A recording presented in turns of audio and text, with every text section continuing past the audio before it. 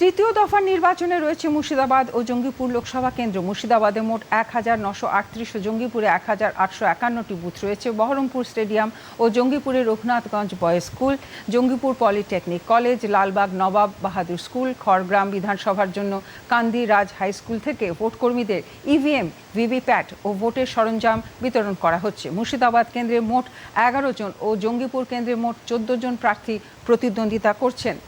আজ সকাল থেকে ভোট কর্মীরা ভোটের সরঞ্জাম বিতরণ কেন্দ্রে পৌঁছে গিয়ে নিজ নিজ দায়িত্ব বুঝে নিচ্ছেন। অনেকেরই দূর দূরান্তে ভোট গ্রহণ কেন্দ্র পড়ায় সকাল সকাল রওনা দিচ্ছেন। দুই কেন্দ্রে মোট ১৭৮ কোম্পানি কেন্দ্রীয় বাহিনী ছাড়াও ৮,৪০০ রাজ্য পুলিশ রয়েছে।